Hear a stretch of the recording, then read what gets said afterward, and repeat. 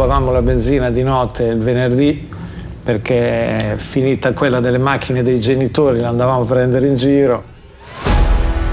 E c'era questo Kenny Roberts che arrivava dagli Stati Uniti e aveva le moto gialle, Yamaha US gialle. Marco Simoncelli, quando gli proposi le 2 righe, mi disse: no, un casco bianco con 2 righe. Poi si innamorò follemente del suo casco. Per me questo è un casco devastante, bellissimo, però all'inizio, quando è uscito, ho detto no. Noi abbiamo la fortuna di essere uno studio grafico di riferimento.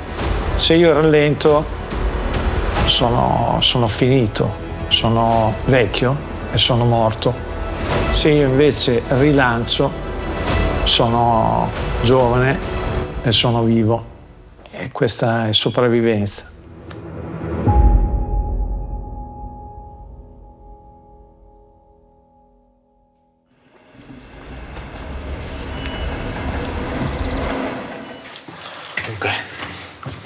È il sesto.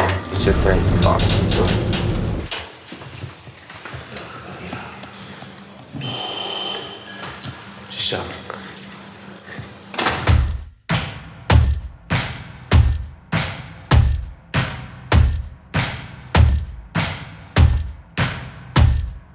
Come si fa a trasformare un oggetto fascinoso come un casco in un'opera capace di evocare epoche, battaglie e velocità? Non lo so, ma Aldo Drudi ci riesce da sempre. I colori, i riferimenti, le linee, insomma la sua impronta. Ed è per questo motivo che mi trovo qui in Romagna, precisamente a Riccione, terra famosa per la sua calorosa ospitalità, la cucina gustosa, ma soprattutto i motori. Per capire cosa si nasconde dietro il processo creativo di una realizzazione grafica e i dettagli che fanno la differenza nel lavoro di un artista da corsa come Aldo. Per capirne qualcosa di più, bisogna fare un tuffo nel passato, fino alla Temporada Romagnola, una celebre rassegna motociclistica che si svolse tra il 1945 e il 1971, in diverse località della Riviera e dell'entroterra romagnolo.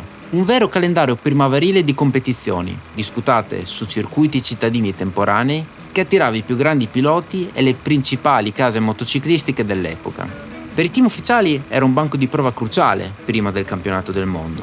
Per il pubblico, invece, un evento travolgente. Interi paesi si fermavano per vivere da vicino i motori e il passaggio dei campioni del tempo. E, tra loro, c'era anche Aldo che insieme a suo papà e a suo fratello assisteva a quelle manifestazioni. Non erano semplici gare, ma rappresentavano al meglio la passione e il profondo legame che la Romagna ha sempre avuto con il mondo delle corse. In coda a queste cose meravigliose che vedevamo, volevamo emulare questi grandi campioni, no? E cosa facevamo? Con i nostri motorini, siccome non avevamo i soldi per comprare delle moto da corsa, ai tempi non c'erano le formule promozionali alle quali potevi partecipare con una spesa ragionevole, diciamo, quindi dovevi comprare la moto da corsa, o eri figlio di un meccanico, o eri figlio di un ex pilota, o insomma, o eri dentro quel mondo, se no era improbabile arrivare ad essere un pilota di moto. Quindi noi cosa facevamo? Organizzavamo delle gare pirata, non fatelo mai più, però noi lo facevamo.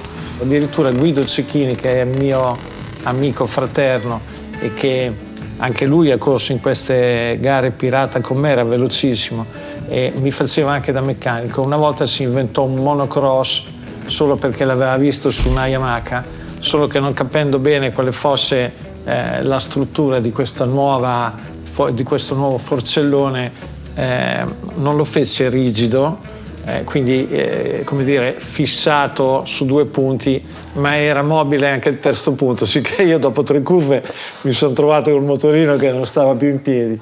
E la meraviglia, no? La meraviglia, inventavamo tutto, rubavamo la benzina di notte il venerdì, perché finita quella delle macchine dei genitori l'andavamo a prendere in giro, e i tappi delle auto ai tempi non avevano la chiave per bloccarli, noi andavamo là col tubo. Abbiamo fatto delle belle ingozzate, si dice in Romagna, di benzina.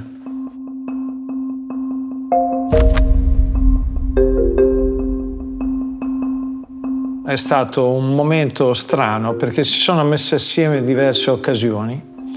Una è arrivata Dopo queste gare pirata, mi chiesero di disegnare un adesivo, un negozio di abbigliamento sportivo che voleva, come dire, attrarre questi ragazzini che venivano a vederci correre, quindi tutti i nostri coetanei di Cattolica.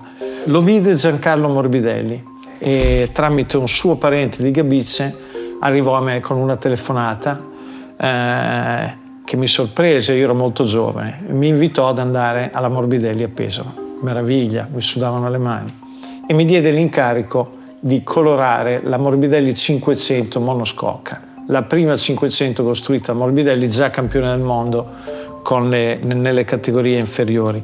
Prima occasione. Seconda occasione, mio fratello Sandro aveva una discoteca a Urbino frequentata da Graziano Rossi, perché saliva da Pesaro per tacchinare la Stefania, che poi diventò la madre di Valentino e la sua compagna. E mio fratello lo sponsorizzò e io dovetti intagliare nella pelle la scritta Scorpio Club per poi fargliela impunturare, e andai a un appuntamento a Pesaro dove incontrai Graziano Rossi.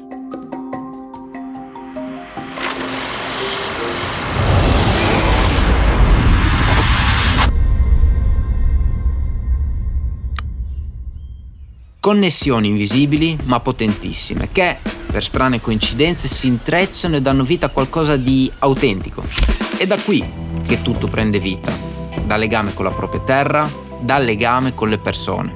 Ricordo andavamo con Graziano Rossi a guidare di traverso con l'Honda XL con lo slick di dietro. Graziano è stato il primo a capire che, come facevano in America, il guidare di traverso poteva far scattare dei meccanismi, degli automatismi molto utili nella guida su strada, quindi ci portava ad allenarci a Cattolica. Se lo fai adesso ti arrestano, a spiaggia in autunno, il mare si ritirava, la marea si ritirava, spiaggia perfetta, bella umida, terreno ideale, solo che quando si cadeva con dei gis, perché non avevamo altro, le conchiglie, le cozze, le vongole ti si infilavano, quindi ho dei segni, ginocchia e fianchi che mi porto però con grande orgoglio.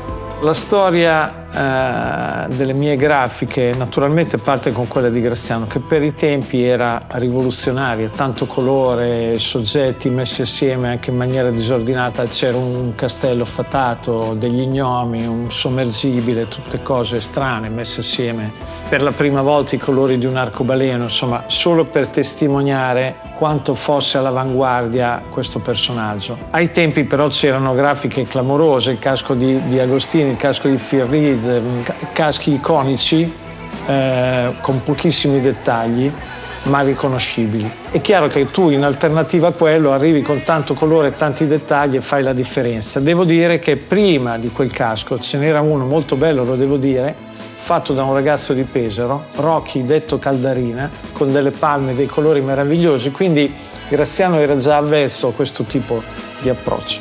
Devo riconoscere a Rocky l'originalità, era veramente un bel casco.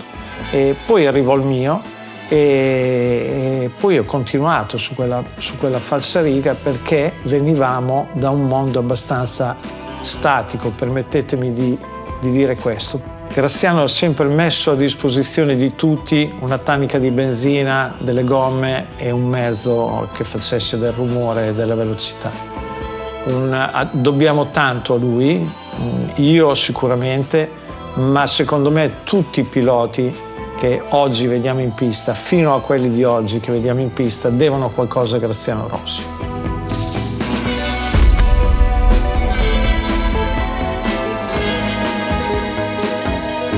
Passa del tempo, Schwanz, giallo, boom, Rossi.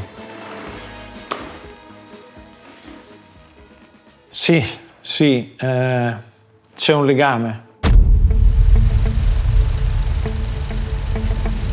Lucchinelli, Reggiani, Cadalora, Gresini, Gramigni, il primo casco Drudi Performance a vincere un mondiale, e tanti altri ancora. La conoscenza con Graziano Rossi porta Aldo dentro il paddock del motomondiale. I migliori piloti del panorama motociclistico italiano iniziano a collaborare con lui. È la conferma che il suo lavoro piace, ma manca ancora lo slancio per affermarsi a livello internazionale. Serve un'opportunità per osare, o meglio per affermare il colore, un elemento imprescindibile nel processo creativo di Aldo.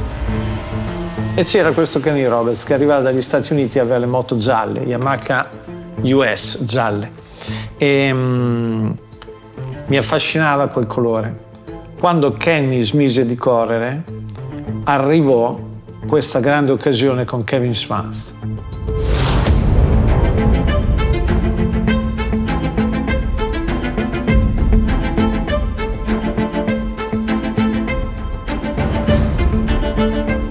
Ricordo un giorno mi chiamò il dottor Costa e mi disse: oh, vieni a prendere il tuo amico. Era l'indomani, mi sembra, di una gara in Inghilterra o in Olanda dove Kevin ebbe un incidente, aveva preso una bella botta. Vado a prendere Kevin, lo porto a casa mia, apriamo il portone all'ora di pranzo più o meno. Mio padre e mia madre ci accorgono, vedono Kevin massacrato perché aveva un occhio nero perché il casco si era girato, gli aveva tumefatto. Aveva un problema all'anca, quindi messo abbastanza male. Mia madre si è commossa, l'ha accarezzato. Per un texano queste manifestazioni di affetto, mio padre che lo ha accompagnato a tavola a mangiare le lasagne della mia mamma, erano cose inusuali, no? Quindi Kevin si è innamorato della mia famiglia, di mia madre, che ha seguito fino ai suoi ultimi momenti. Pensa, ha voluto anche andarla a trovare in ospedale quando oramai lei non capiva più niente, e arrivò Kevin, ebbe un attimo di lucidità e lo accarezzò, e fu una scena veramente commovente. E mi chiese di fare un casco per lui e io ci provai. Lui veniva da una livrea bianca bellissima, Pepsi, meravigliosa. Poi però era diventato Lucky Strike. Quel giallo di Kenny Roberts, che aveva smesso di calcare le piste perché Kenny si era ritirato, paffete, Kevin Schwantz, su quel flash che aveva sul dietro del casco, perché io pensavo che durante le riprese fosse una sorta di sorpresa, no? Siamo abituati a vedere i piloti da davanti, ma poi nelle riprese, e così fu. Il giallo diventò il colore di Kevin. Valentino correva con le minimoto col casco di Kevin Schwantz e la tartaruga ninja sopra. Quando Kevin smise, Valentino arrivò al motomondiale in 125. E nell'europeo gli avevo già fatto delle cose gialle, e poi da lì è partito Sole Luna, e il giallo è passato da Kenny Roberts a Kevin Schwantz, e io poi da Kevin l'ho portato su Valentino Rossi. È la storia del 46.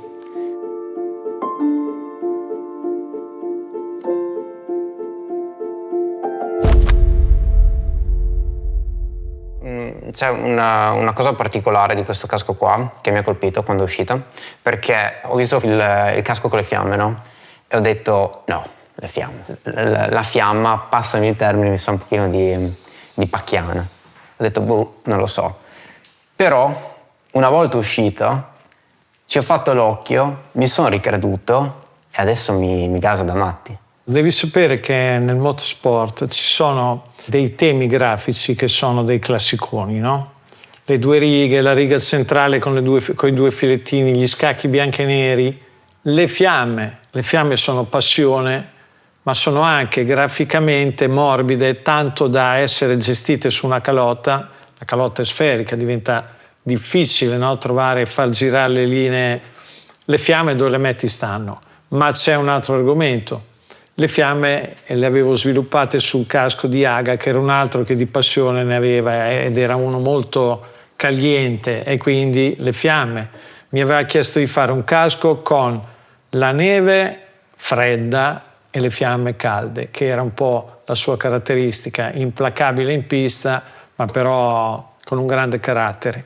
Grande amico di Valentino. Quindi, quando abbiamo dovuto dissacrare, dopo tanti anni di applicazione rigorosa del Sole Luna, dissacrare un po' il Sole Luna, l'abbiamo fatto omaggiando anche Aga, e quindi funzionali all'applicazione sulla calotta, assolutamente alternativi al rigore grafico del Sole e della Luna, quindi matchando le cose assieme è venuto fuori questo casco inusuale che credo abbia sorpreso un sacco di gente. Distaccarsi dalle grafiche pulite e lineari che hanno contraddistinto il motorsport di un tempo, anticipare la tendenza, osare, rompere gli schemi e poi tornare a un'espressione più rigorosa, più riconoscibile. Per farlo devi sapere dove vuoi arrivare, con quale visione, con quale linguaggio. e per riuscirci serve consapevolezza. L'Italia è il posto dove ci sono più opere d'arte al mondo e dobbiamo essere consapevoli di questo, perché a volte viviamo nella bellezza senza rendercene conto. Cosa ci assecca l'arte con le corse? Ci assecca. Nell'arte ci sono delle sfide incredibili affrontate da dei personaggi al limite, quasi dei pazzi, dei folli, gente che ha buttato il cuore oltre l'ostacolo come fanno i piloti. Quindi è un mondo che sembra statico, noioso, invece è super adrenalinico. L'altra influenza grande è quella dell'arte giapponese. Io ho la fortuna di lavorare con Arai e ho conosciuto Mr. Arai, Micio Arai, grande personaggio. Ho stretto lui le mani e ho un accordo con lui per lavorare sui suoi caschi. L'arte giapponese, così rigorosa in certi casi, è molto vicino a quello di cui parlavamo prima, a questi caschi che con 2 segni risolvono tutto. Oppure hanno una sofisticazione del dettaglio che è simile alla nostra, rinascimentale, a Botticelli, a certi tessuti che vediamo nei dipinti o negli abiti del Rinascimento.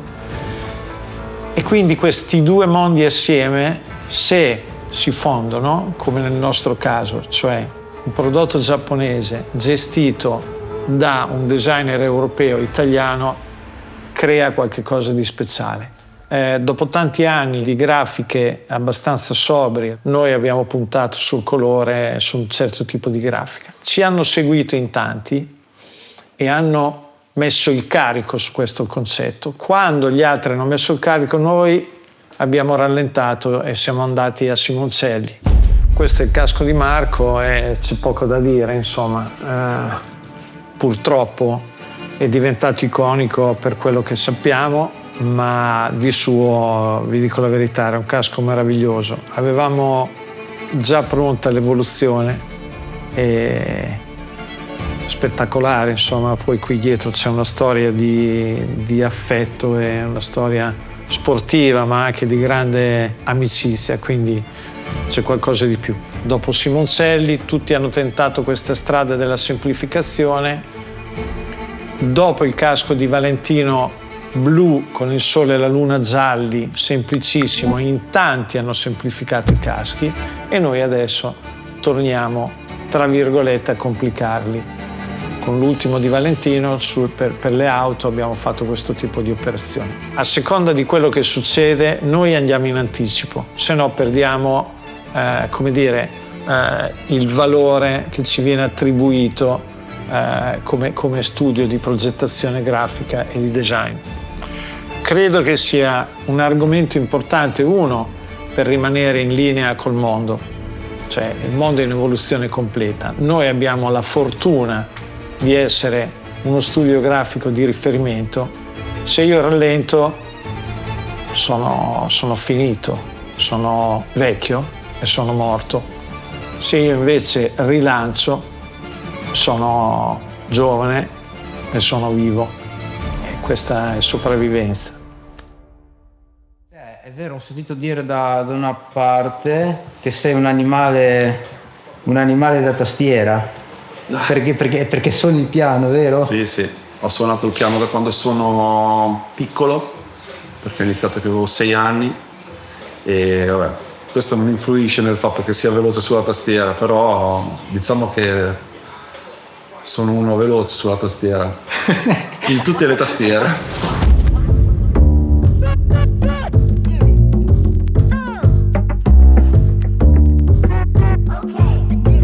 La bozza, l'idea molte delle volte nasce da qua, dallo studio di Aldo, ma per portare a termine il processo creativo che porta alla realizzazione della grafica ci si deve spostare di là, dove si trovano Matteo e Stefano.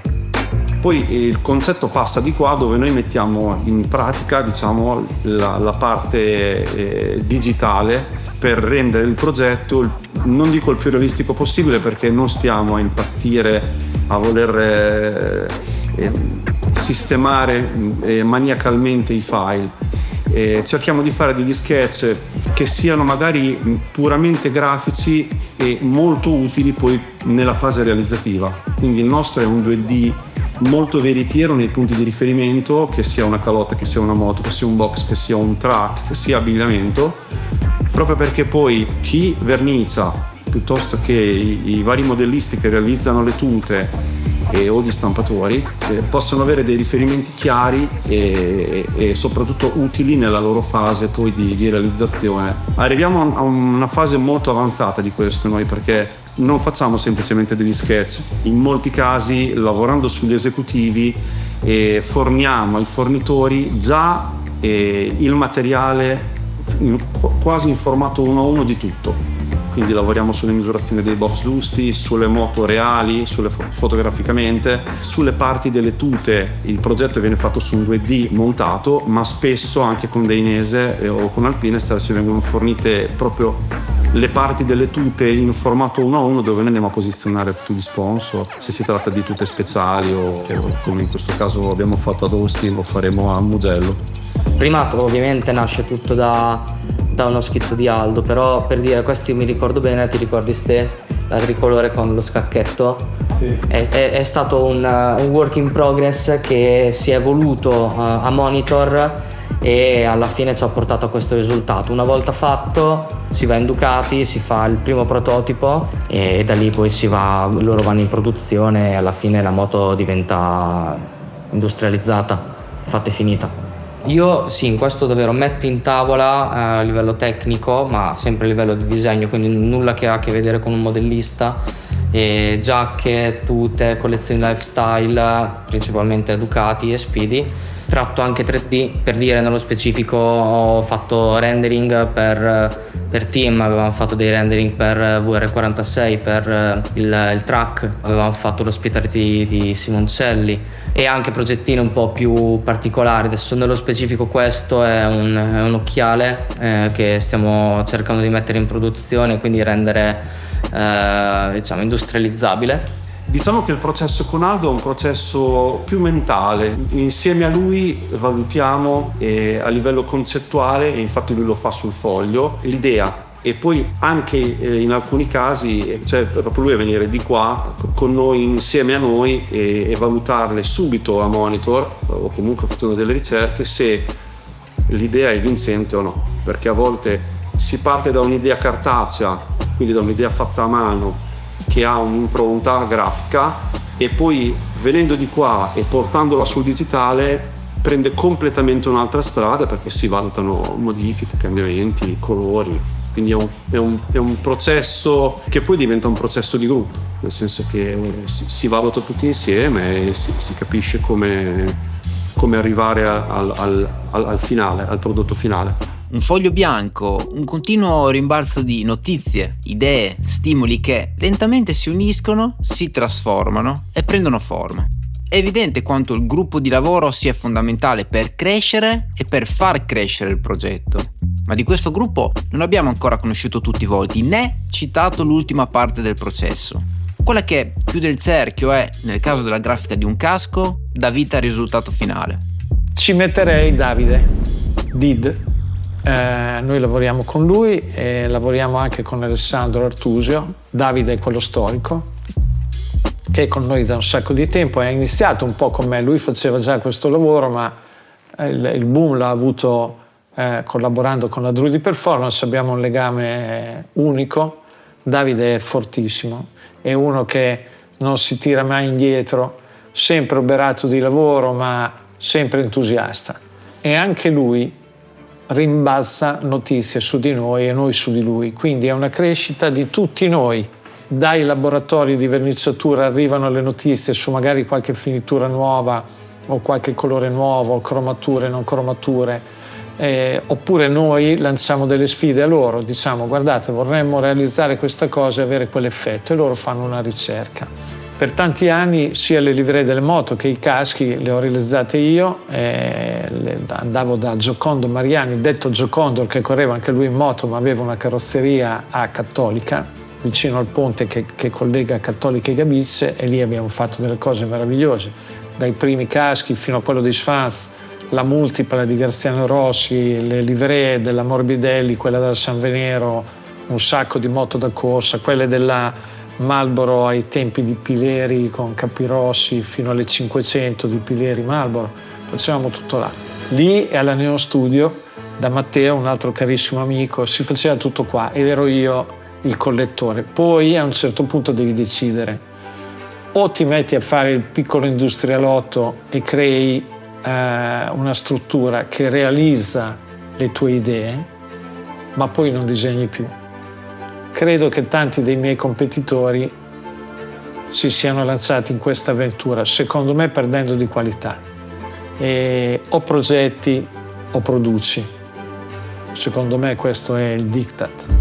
La Drudy Performance nasce dalla grafica dei caschi e attraverso di essa si afferma nel motorsport a tutto tondo, conquistando, come ama dire Aldo, il suo passaporto per esplorare altri mondi. Mondi legati alla velocità, ma anche universi apparentemente lontani che però da essa traggono ispirazione, che Aldo abbraccia con l'obiettivo di lasciare il segno, anticipare le tendenze ma soprattutto divertirsi. Una costante che lo accompagna da sempre, resa possibile proprio dal suo processo creativo. Un processo ispirato da passioni, profumi, sensazioni che danno vita alla sua visione, la traducono in forme e colori e infine creano storie bellissime. Perché sì, probabilmente è il potere del passato, del vissuto personale, il dettaglio che ha fatto e continua a fare la differenza. Penso di continuare a fare quello che faccio per altri 40-50 anni. Guardate dove sto, guardate che meraviglia. Là c'è il mare, lì c'è il circuito, il sole.